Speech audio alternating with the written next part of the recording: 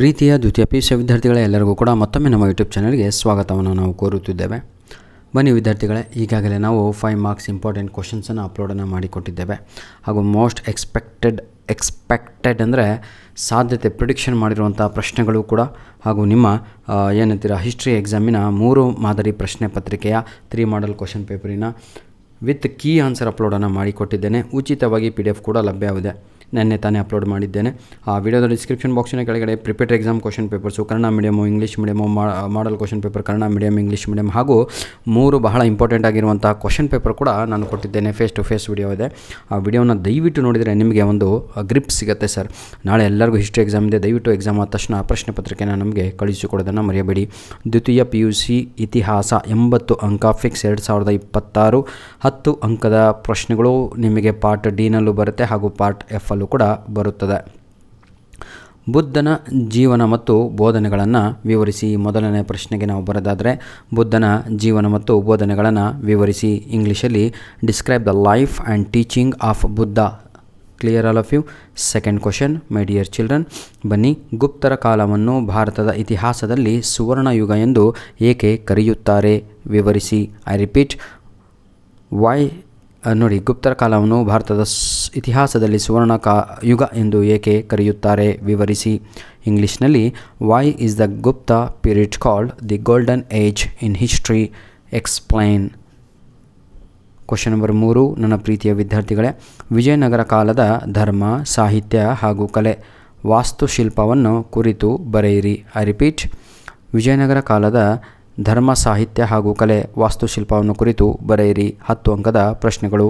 Write about the religion, literature and art and architecture of the Vijayanagara period is the right question.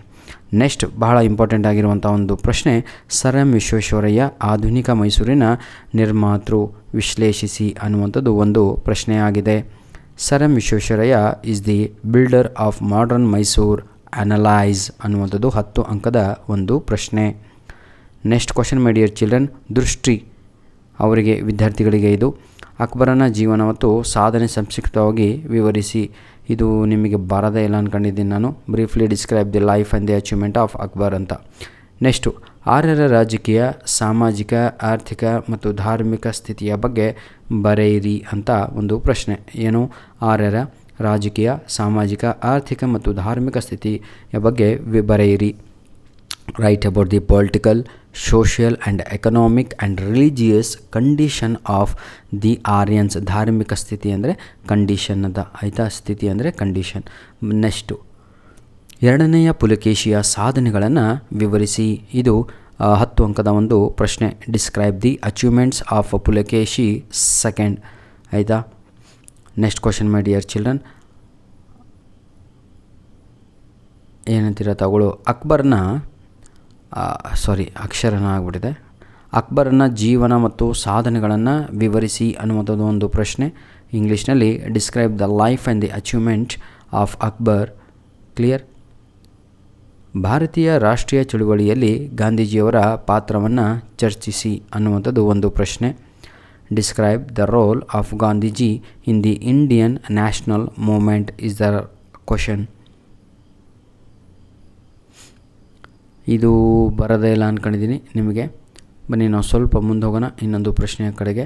ಅಶೋಕನ ಜೀವನ ಮತ್ತು ಸಾಧನೆಗಳನ್ನು ವಿವರಿಸಿ. Describe the life and achievement of Ashoka. ರಾಷ್ಟ್ರಕೂಟರ ಸಾಂಸ್ಕೃತಿಕ ಕೊಡುಗೆಗಳನ್ನು ವಿವರಿಸಿ. Explain the cultural contribution of Rashtrakutas. Next question, my dear children, Mohammad bin Tughlaq ಅವರ ಆಡಳಿತಾತ್ಮಕ ಪ್ರಯೋಗಗಳನ್ನು ವಿಮರ್ಶಾತ್ಮಕವಾಗಿ ಪರೀಕ್ಷಿಸಿ. Critically examine the administrative experiments of Mohammad bin Tughlaq is the question. ಭಾರತದ ಮೊದಲ ಸ್ವಾತಂತ್ರ್ಯ ಸಂಗ್ರಾಮದ ಕಾರಣಗಳು ಮತ್ತು ಫಲಿತಾಂಶಗಳನ್ನು ವಿವರಿಸಿ. ಭಾರತದ ಮೊದಲ ಸ್ವಾತಂತ್ರ್ಯ ಸಂಗ್ರಾಮದ ಕಾರಣಗಳು ಮತ್ತು ಫಲಿತಾಂಶಗಳನ್ನು ವಿವರಿಸಿ. Explain the causes and the results of India's first war of independence. Next, ಇಲ್ಲಿಗೆ ಸಂಪೂರ್ಣವಾಗಿ ನಿಮ್ಮ 10 ಅಂಕದ ಇಂಪಾರ್ಟೆಂಟ್ ಕ್ವಶನ್ಸ್ಗಳು ಪ್ರಿಡಿಕ್ಷನ್ ಆಗಿರುವಂಥ ಕ್ವಶನ್ಸ್ಗಳು ಹಾಗೂ ಪರೀಕ್ಷೆಯಲ್ಲಿ ಬಂದಿರುವಂಥ ಪ್ರಶ್ನೆಗಳು ಮುಕ್ತಾಯವಾಯಿತು.